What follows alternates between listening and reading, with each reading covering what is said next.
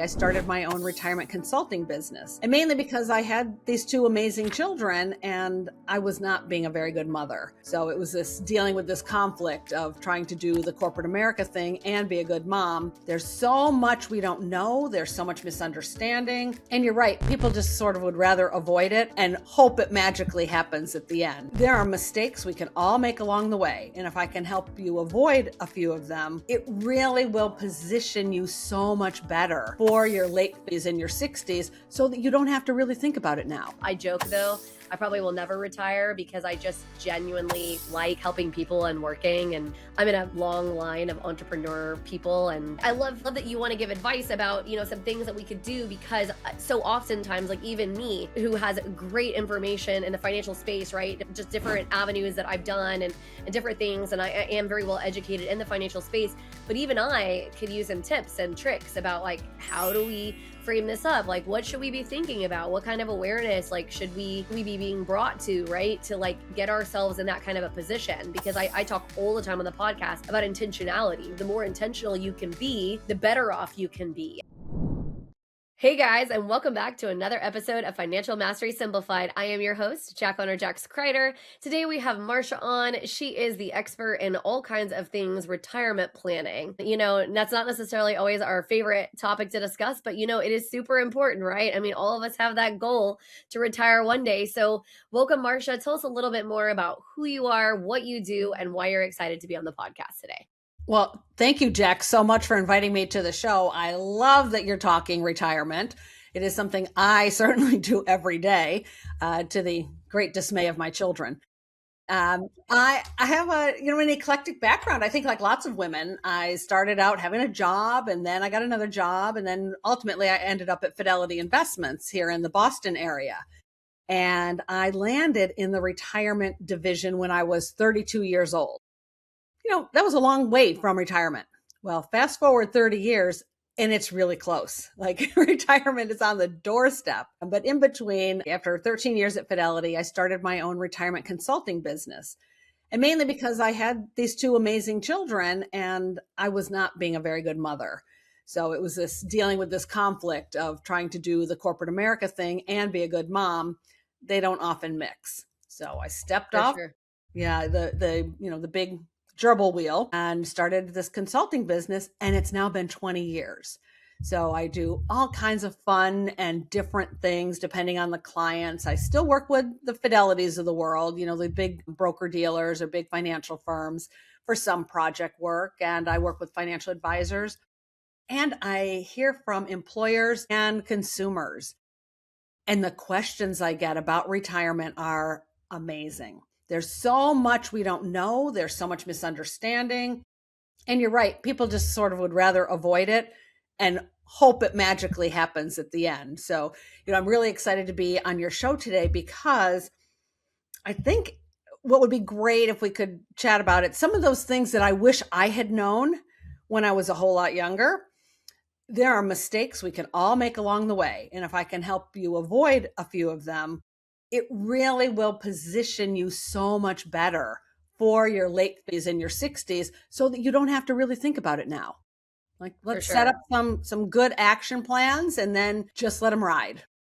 Yeah, no, and I love that. I think, so oftentimes it's just so hard, right? I mean, you don't necessarily want to have to think about a lot of major things in life, including, retirement and even like I joke and like I deal with mortgage all the time, and that's my main job. And I laugh all the time. Like, it's not exactly like anybody wants a mortgage, right? Like, it's not necessarily like you wake up in the morning and you say to yourself, like, you know what I want to do today? I want to borrow $500,000. Like, nobody says that. But then you look in your bank and you say, crap, I don't have $500,000. So I want to buy this house. What do I got to do? Right. And so then we become sort of the necessary evil, and sort of retirement is a little bit of the same, right? It's like the necessary evil of being able to look after yourself in in your older years where you're not having to, be on that hamster wheel or whatever. I joke though, I probably will never retire because I just genuinely like helping people and working. And I'm in a long line of entrepreneur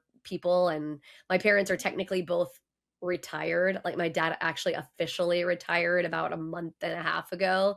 We're having his retirement party apparently next week, I just got told. But I honestly don't think either one of my parents will ever be done doing something. Fully. Right. Yeah. Right. Exactly. And But I love that you want to give advice about, some things that we could do, because so oftentimes, like even me, who has great information in the financial space, right? Just different avenues that I've done and different things. And I am very well educated in the financial space.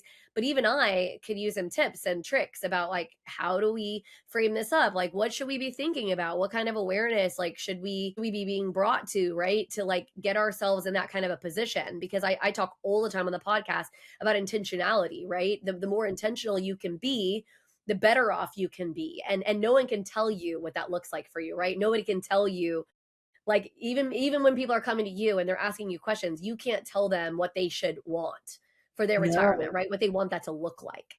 no. Not only can you not tell them what it should look like, you also have to work within what they have with For no sure. judgment.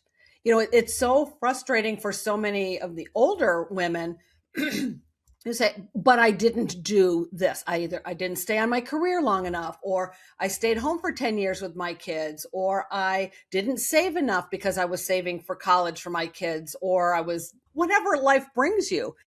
And I always try to celebrate that. Like, wow, look at you, got to stay home for 10 years with your kids. I would have loved to have done that. The For math sure. didn't work out for me to be able to do that. So you celebrate whatever the journey has been because you're the only one who's been on it. So don't beat yourself up. However, that said, they do come back and say, but I wish I had known. I wish I Yeah, had for known there was sure. such a financial impact. Because again, for most of us women, for my generation, the boomers, we did not grow up with any financial education or knowledge or any kind of discussion at all. The Gen Xers maybe split a little bit.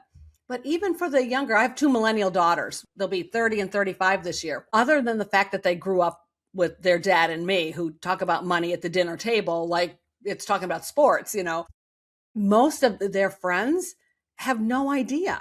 So we're still not as a country as educating our children at the appropriate times, K through 12 or in college, about the money machine, the complexity of the financial system that we have here in the States.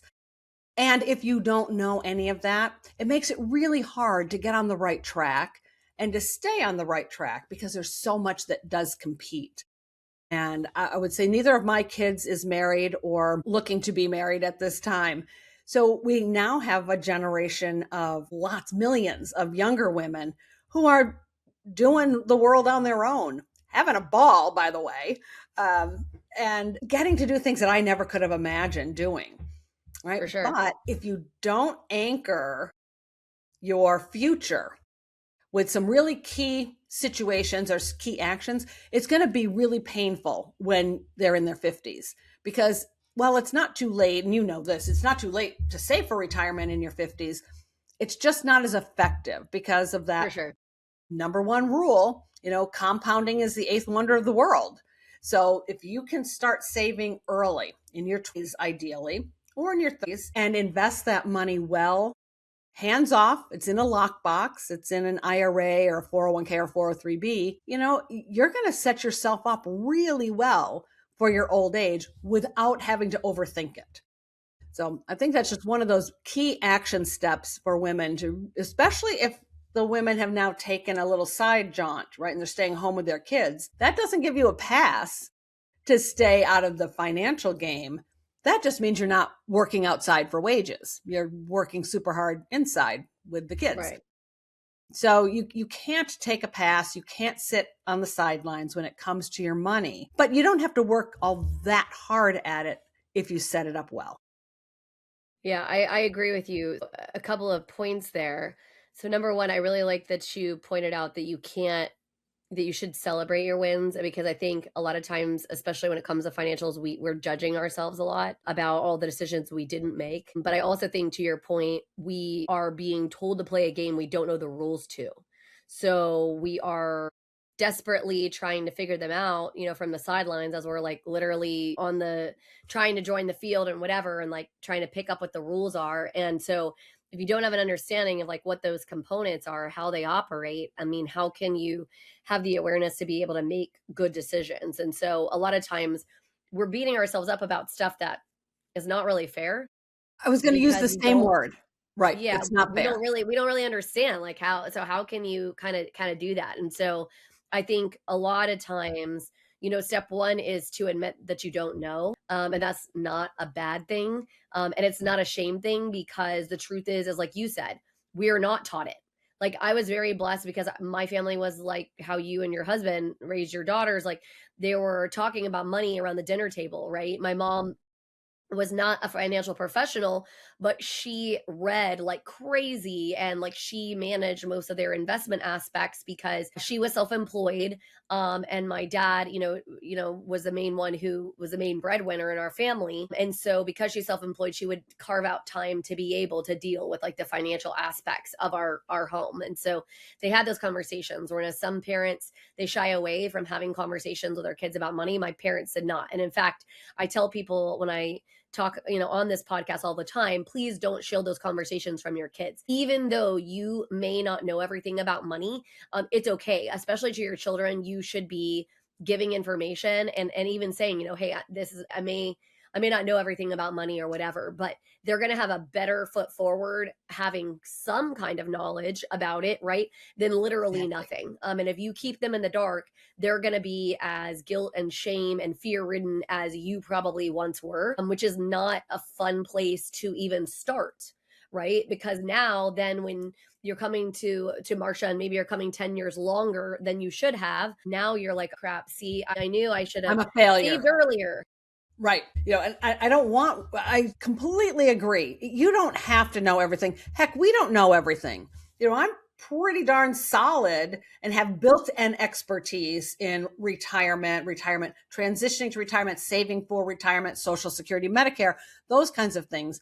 I've been at this game for 33 years, and every single day I learn something new.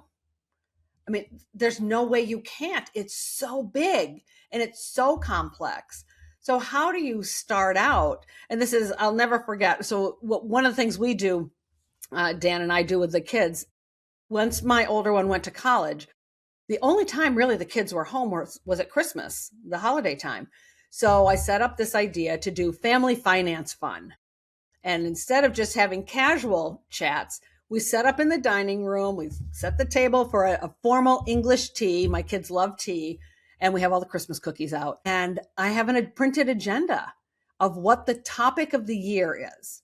Because as they were launching into the world had changed dramatically from when Dan and I launched. So it's like, oh my God, our kids need to know more about insurance. They need to know why protection is so important. They need to know how the credit system works. And we eventually get to investments and whatnot as well. Taxes. Oh my gosh, if you don't understand the tax code, simple stuff, but nothing simple. So we have this family finance fund. They all laugh at me. They all sit down and we talk for 4 hours. It's an amazing conversation. No question is off the table. They can ask whatever, but you don't even know the questions to ask unless somebody opens the topic. But one of the conversations we had, I'll never forget, we were talking about credit, building good credit, having a high credit score, why that's so important in America, how you start from a young age, like don't miss your credit card payments, credit utilization, all those kinds of things. And my older daughter went to an Ivy League school and she's the happiest kid in the world. And all of a sudden she just sort of puts her hands on the table and it's like, how could I have gone to an Ivy League school and no one ever talked to us about any of this? Yep. And she was so mad and really felt gypped, like I spent all this money and I don't even know the basics of operating in America. Yes, correct, Katie. Ding, ding, ding. You figured it out. So now you have to find a way. Yeah, if you don't have parents who talk about it, okay. But there are a lot of sources today that it's actually overwhelming. There are 80 billion pages on the web, to get started, or a zillion podcasts. It's podcasts like yours that address these facts and stats around the reality of the financial system that help women get started, help young people get started.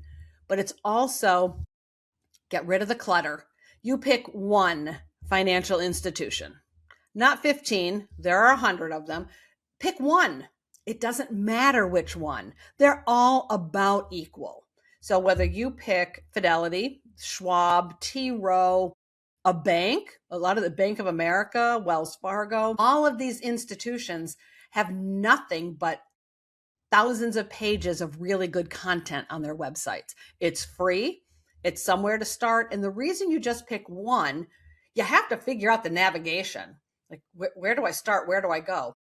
You just click around and you start somewhere. But as you use the same one over and over, you start to become efficient and not have to waste your time hunting and pecking. So start with one. You may or may not stay there. You don't have to have any money invested with them. This content is available for free, the majority of it. And then you can decide, is that the place you want to put your money? But getting started, you pick 30 minutes, one day a week. And I always used Friday nights. Dan and I were so poor, Jax, when we got married back in the 80s. We did not have a nickel to rub together. So Friday nights, we took our student IDs and we would go to the movies because we could get in cheap. And Friday night was our money night. So that's when we looked in our checkbook and went, oh, dear God, how are we going to pay the rent? I definitely feel it. I think everybody starts from, and it's interesting now with the emergence of AI. A lot of times people too could go in and you can ask now, please don't misunderstand me. Any AI is not going to be perfect, but a lot of times you can get some good information around, like what kind of, how does this operate? How does this work? And then I recommend people all the time, if my podcast doesn't resonate with you, find somebody who's talking about money, who's talking about ways to frame up your thought process or your thinking, et cetera. Because the truth is, and I think that's where a lot of people are afraid to start, is there is so much information. I'll tell you that in mortgage, not only does things change constantly, I mean, it's an ever shifting market, ever shifting guidelines, ever shifting everything in our space, but it's ever shifting information too. And there's so much information. I couldn't possibly know everything if I wanted to. And so I think a lot of times people have this idea that financial experts like you and me, oh, they have it all figured out. They have all the information or whatever. No, I just have a lot more information than you.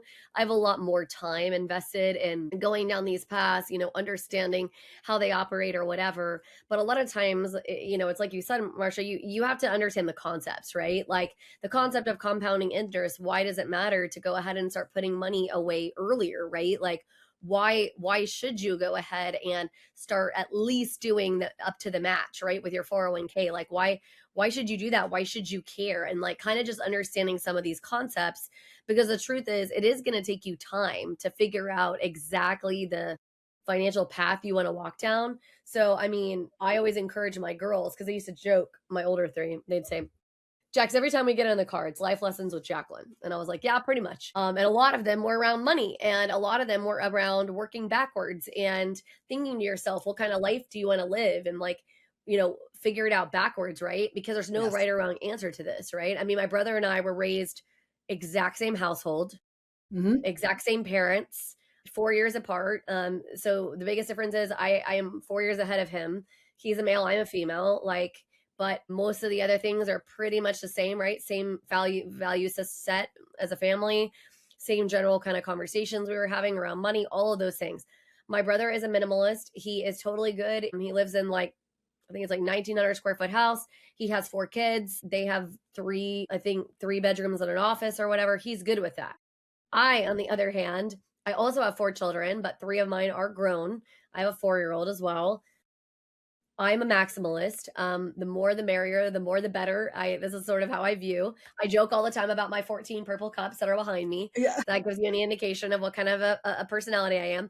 And I live in 10,000 square feet, and I have 6 bedrooms and 6.5 bathrooms and whatever, right? And I firmly believe that there is no right. It's just working backward for where you want to be, right? Like, this is the lifestyle I want to live or whatever. And this is how, I want to live in retirement and beyond, you know what I mean? And then setting yourself up for success on that. I think, and I get it, some of the decisions you make, they're not going to be as intentional. Like sometimes when you're first getting out of school, you're just going to take the job that is going to pay the rent. Exactly. It just is what it is. And, whatever. But what Marsha and I are both suggesting is you take some intentional time to try to figure out what some of these things look like, so that when you are trying to not only like manifest, bring into awareness, bring into alignment some of these things, that you can start seeing these opportunities. Because otherwise what happens is you get lazy. Maybe you grow up in this company, but is it even something you wanted to do in the first place? Or did you take it because it paid the rent? You know what I mean? Same thing with retirement. Are we like planning for it intentionally so that we don't have to eat? I mean, I'm going to tell you something right now that like, this is why you should listen to Marsha's advice. And it's so important. So one of the things that we do in our mortgage companies is we do reverse mortgage. And there's absolutely nothing inherently wrong with reverse mortgage at all. It can be a super powerful retirement planning tool for people who do not want to pull money out of all of their investments and things like that, right? Because they know that their kids really don't want that house. And so utilize and leverage that asset and earn more money in your, in the market. Let this grow while you use this asset, right? Fine. Wonderful. But there are often times that we have to help people with reverse mortgage. Why? Because those individuals who are retired are scraping by. They're barely making it. They are struggling because Social Security or whatever retirement they've got is not paying the bills, right? And luckily they have the asset of their house that can help. I'm not saying that can't happen to people, and there's no shame if that is where you end up, but we obviously don't want you to end up there if you don't have to, right? Like if we can intentionally align and create some awareness surrounding things that we could set you up for success earlier, that's the aim, right? That is the aim. Stay tuned. We'll be back right after this message from our sponsors. Imagine having the power to control your financial destiny, no matter where you start. Welcome to the Financial Mastery Simplified course and resource platform, where financial education is tailored to your unique journey. We cover everything you need, from basic budgeting and saving strategies to advanced investing and retirement planning. Learn at your own pace with lessons that match your level of experience. Whether you're a beginner or looking to enhance your financial knowledge, join our community of learners and benefit from shared insights and expert guidance. The Financial Mastery Simplified course and resource platform equips you with the skills and confidence to take charge of your financial future. Ready to master your finances? Enroll in our courses today at the Financial Mastery Simplified course and resource platform. Start your path to financial independence now. Visit us at fms.tips and fms.college for more information. Hello and welcome to PBJ Mortgage, where your home ownership dreams become reality. Today, we want to share why choosing PBJ Mortgage is the right choice for your home financing needs. At PBJ Mortgage, we're built on a foundation of values that drive us every day. Our commitment to educate, empathize, and empower our clients sets us apart in the mortgage industry. Our clients are at the heart of everything we do, and their success stories speak volumes. With years of experience, our team possesses in-depth knowledge of the mortgage programs, ensuring you receive expert guidance and the best possible rates. We offer a diverse range of loan options to suit your unique needs, including conventional, FHA, VA, and more. No matter your situation, we've got a solution. At PBJ Mortgage, we pride ourselves on providing personalized service. Our dedicated loan officers are here to guide you every step of the way, making the process as smooth as making a peanut butter and jelly sandwich. We understand that time is of the essence, which is why we've streamlined our processes for efficiency and convenience. Transparency and clear communication are paramount. You'll always know where you stand throughout your mortgage journey. Reach out to us today to set up a call to discover your options. If you're ready to make your home ownership dreams a reality, contact PBJ Mortgage today. Let us empower you during this exciting journey. Phone number 4-693-733-107 www.pbjteam.com. Visit our website or give us a call to get started. We look forward to helping you secure your future home. PBJ Mortgage, where home begins. Thanks for your patience. I love your approach of working backwards. That's exactly what one needs to do. And it can start with just your paycheck. When you look at your paycheck stub, you were told you would be getting, I'll use simple math because I can't do math in my head, but $120,000 a year. So $10,000 a month. You're, oh my gosh, $10,000 a month. Woohoo! You don't get $10,000 a month. You got to start backing all the requirements out. And this is why knowing about taxes is super important. For sure. You need to know that federal taxes, state taxes, FICA, that's your Social Security and Medicare contributions, they all come out first, plus any local taxes if you have those. You have no choice. That never shows up in your $10,000. So by the time you get home, you've got $6,000. It's like, well, how am I supposed to deal with that? Well, you need to work backwards then and figure out what else do you have obligations. So this is where I started with my kids. They both came out of school with student loans. I believe in having skin in the game. So they had to service those student debt. That comes first. You don't get to eat yet. You don't get to buy a car yet. You don't get to have an apartment yet. Debt comes first. So you now take that off, and then you take off things like buying insurance for the car. They did have cars. We were able to do that for them. So they didn't have a car payment, but they had other obligations. Those happen first. There's an order to how you figure out what you've got left, which might not be a whole lot when you're first starting out. And that's okay. But hopefully that acts as an incentive for you to go, okay, so I landed this job, at least for my kids, at least I'm out of the house. So they were able to go and establish themselves. Again, celebrate that. That's a win. You are out from underneath mom and dad's rules. Go be an adult. And then it's, I really want more. Okay, well, maybe it's a weekend job. Maybe, a second job. No harm in that. You could do that and use that as your travel money. There are creative things one can do, or you live closer to a city. I don't think Dallas, I don't know if you have great mass transit. We do in Boston. We do not. You pretty much have to have a car in Dallas. In fact, we're one of the few states that if you declare bankruptcy, you can actually exempt 2 cars in the state of Texas. Oh my gosh. Well, that's how serious we are here in Texas about our cars. Okay. Just to give you some perspective. Because you don't know this about me, but I have a law degree. So I have a lot of legal background information or whatever as well. But yeah, I love it. That's so cool. But if you can avoid having one, I mean, it's a large expense. So, Exactly. So for a while, that you ride the T, it's not always reliable here in the Boston area, but they're getting a little better. Or you take the bus. We have to stop looking out at what everyone else is doing and sit down at your little desk and look at you. And then map this stuff out. Someone asked me, a young person asked me the other day, because I talk a lot about building spreadsheets, and what I had my kids sit down and do in using, Microsoft Excel, build your budget, build backwards from your paycheck and then build up from your budget. And my older daughter, the Ivy League kid, she's so funny. It looks like a NASA dashboard, what she has done. In her color coding her columns and breaking everything out and graphing things. My younger one, it's just a slight bit behind. Amazing graphs. How much do I really spend on my dog? She's got a great big dog. And she goes, Mom, look at this graph, and it does this. Like, oh, Willow had a vet appointment. Oh, Willow had this. Like, it's very visual. Becomes very tangible in a spreadsheet. So this young person asked me, well, with all the apps out there, are you telling us, I wasn't telling them anything, but she said, are you telling us we need to do a spreadsheet or can we use an app? I don't really care. What I want you to do is to own it. So I feel strongly, if you were asking what my preference is, it's in a spreadsheet because you're touching, you're looking, you're really involved with your money. Exactly. But only do it for a year.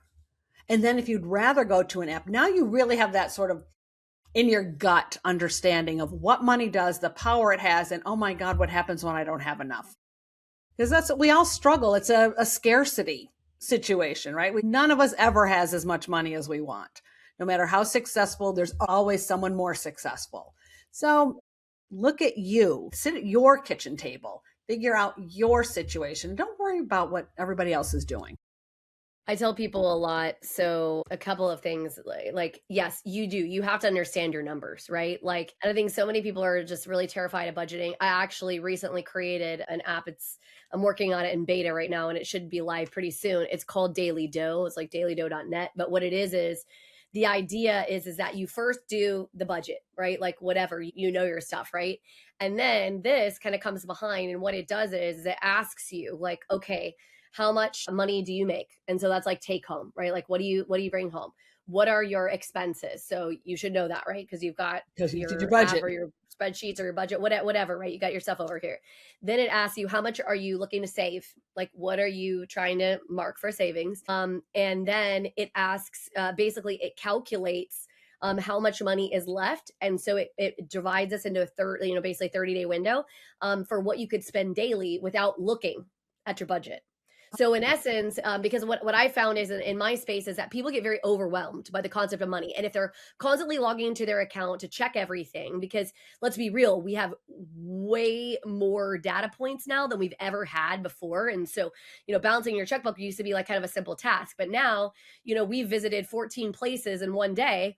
And so now it's like, okay, I spent $5 here and $20 over here and well, what did I do over, you know what I mean? And like you're trying not to blow up your budget in essence, right? But like I like to spend money. And so I like, to have a little bit of flexibility that I know I need to have a couple $100 in my budget every month to blow in essence, right? To just, if I want to go grab a drink somewhere, I can do it. If I want to go eat lunch with a friend, I can do it. And I don't have to think about it, but I'm not creating the overwhelm in like looking at that. And so you don't necessarily have to have what I'm creating to do that. You can just kind of make sure you've got $200 or whatever it is of play in your budget. And I know obviously when you're early, sometimes that's not the case, but I always tell people you got to choose your hard. So like we had this conversation so two of my daughters are looking to try to buy a house together. That is something that they really want to do.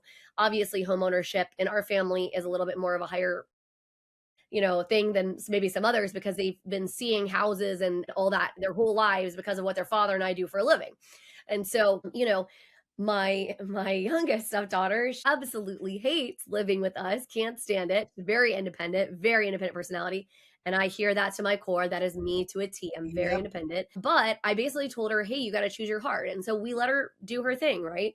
She got out of college, she moved out or whatever. Well, then I think she realized how expensive it was and she wanted to get to homeownership quicker. Well, what was the easiest way to do that? Live with us and have a very low rent amount. You know what I mean? Like our aim is not really to make money off of them. That's not the objective here, but I do want them to have some level of responsibility, skin in the house, if you will. But it's because she would rather do that for a short period of time, a year, 2 years or whatever, to be able to get to where she wants to be. I have another friend, and so he was raised where he did not want any debt. That was something that was very important value set for his family. There is a program called, I'm not going to remember the name of it. It's a Christian-based program that is basically they believe in no debt. Okay, that's like a very strong principle of theirs, and that's how he was raised. And so he also wanted to own a house. However, he wanted no debt. Well, as you can imagine, that's kind of a tall ask. But he got out of school. He is a petroleum engineer, so he makes a fair bit of money. And he moved into a place with 4 roommates. He even literally shared his bedroom with another guy. They had 2 twin beds in a room or whatever. Why? Because he wanted to literally bank as much of his income as he possibly could to be able to buy a house in cash. And he did. Wow.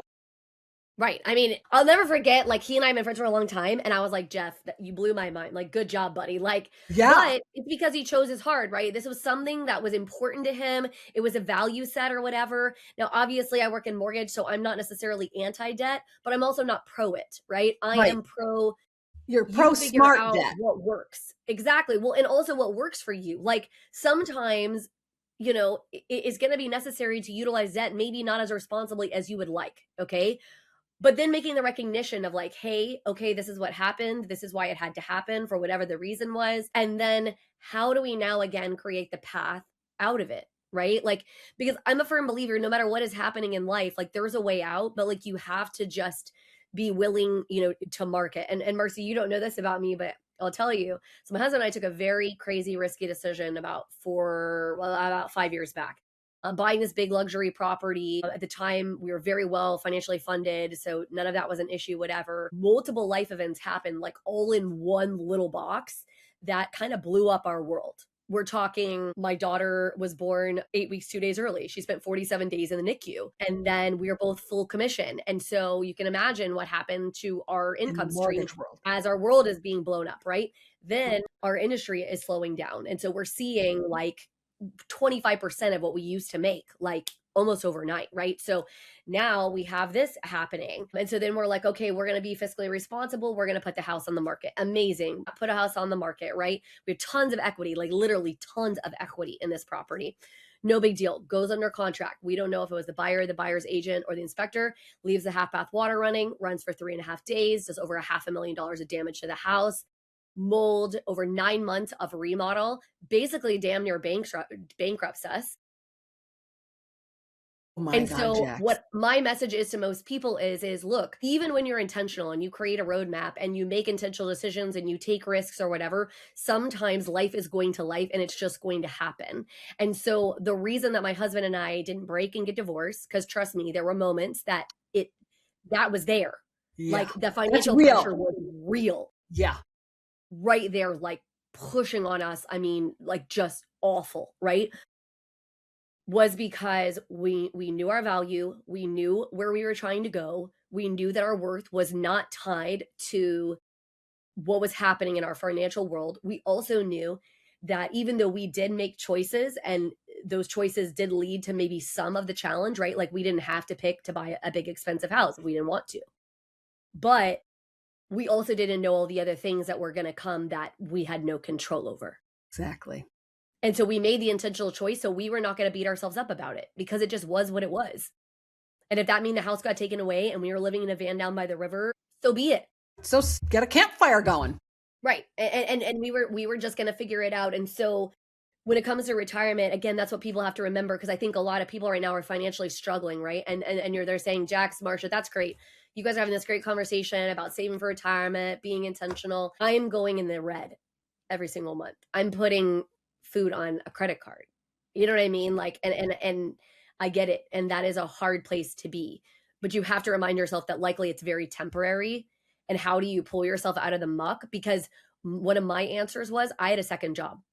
For everybody listening and understand that my job wasn't making me a crap ton of money, my second job. I was working 2 jobs, 70 to 80 hours a week for over 2 years. Not because that was like really what I had in my plan. What'd you say? You put your big girl pants on and you figured out a way out. Right. Well, just because, and I also was so appreciative that people saw value in me, right, to bring me on to the second job or whatever. And that's the other thing too. I think sometimes when people have to choose hard like that, they're like really down in the muck about it. Like, ugh, why me? Life's so horrible or whatever. You know what I mean? And it's not that I didn't have those moments. We all have these moments. We have them, yes.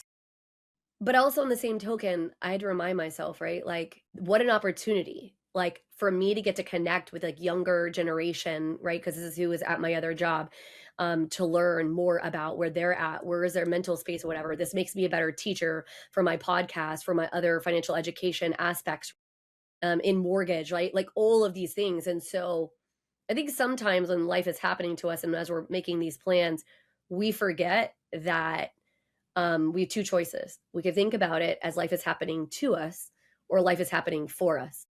Indeed. And we will all hit. I'm so sorry that you got hit with such dramatic everything.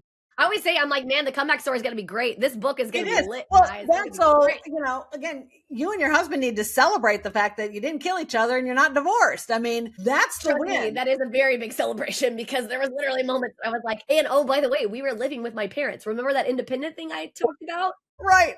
Yeah. Right. So it was great. I was like, somebody shoot me right now. No, it's like, how? Why me? Well, because it was your turn. There are worse things in life. And so it's those kinds of things. Or I never thought I'd be a solo breadwinner of our little house of 4. But when Dan lost his job back during September 11th era, when the world was ending, for those of you, a lot of you were probably pretty young, but It was a drama that unlike anything we'd ever seen or dealt with. And lots of people lost their jobs. Well, we had a mortgage and 2 kids. Oh my gosh, how are we going to make it? Well, you figure it out, and you sit down. For us, it's always about communication. We always have talked about money because we didn't have any when we started. So anytime we had a little extra, it's like, oh my gosh, what are we going to do with this $25 we have at the end of the month? So you talk about it, you put a plan in place. I always talk about noodling. Let's just get something on paper. Don't let this stuff swirl in your head because it's too much. It gets too overwhelming. Put it on paper. Okay, for the next 6 weeks, the next 6 months, the next year, what do we need to accomplish? And it's also, who hasn't gotten in credit card debt before?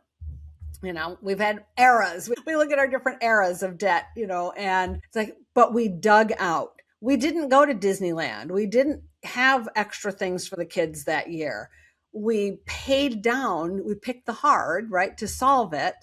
And then it's like, oh my gosh, it's the last credit card payment. And then we're clear. And it's been years and years and years since we've had any credit card debt.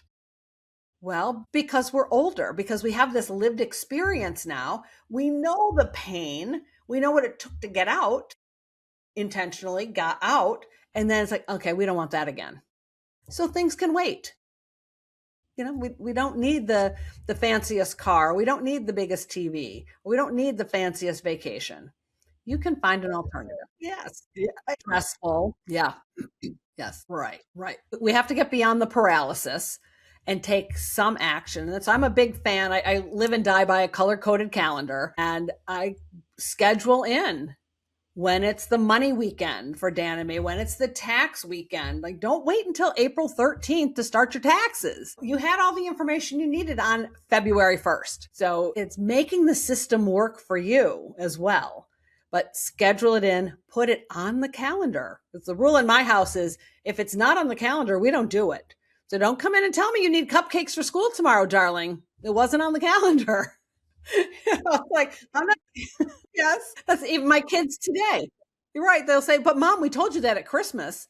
It's like, kids, what? When we were opening presents under the tree, when I was making dinner or setting up the tea party, like, come on, give me a sticky note. I have no, exactly. These are the tips, right? These are the things no one posts on social media, watching you, set up your weekly calendar and watching you balance your checkbook or move money from one pile to the other, confirm your beneficiaries. We don't ever share that stuff. And that's what takes the vast majority of our time. We post about the fun weekend things we do or something like that. And we forgot the other 90% of life. Yes. Yeah. That's like $1 million back then. Yeah. No. That is fantastic. Yes. Mm-hmm. Yeah. Yeah. Sure. I have a long-running blog which tries to bring some fun into the money topics. It's called boomerretirementbriefs.com. And while it is a little bit focused on the boomers, knowing these life lessons from the boomers or what's coming down your way really will help you make your best decisions. So feel free to hop onto boomerretirementbriefs.com. There are free checklists and downloadable information, and you can sign up for a newsletter there. The act is the do. Take that action, get that contribution to your 401k, set up $200 a month to an IRA, whatever is going to work for you, put it on autopilot, and then keep learning.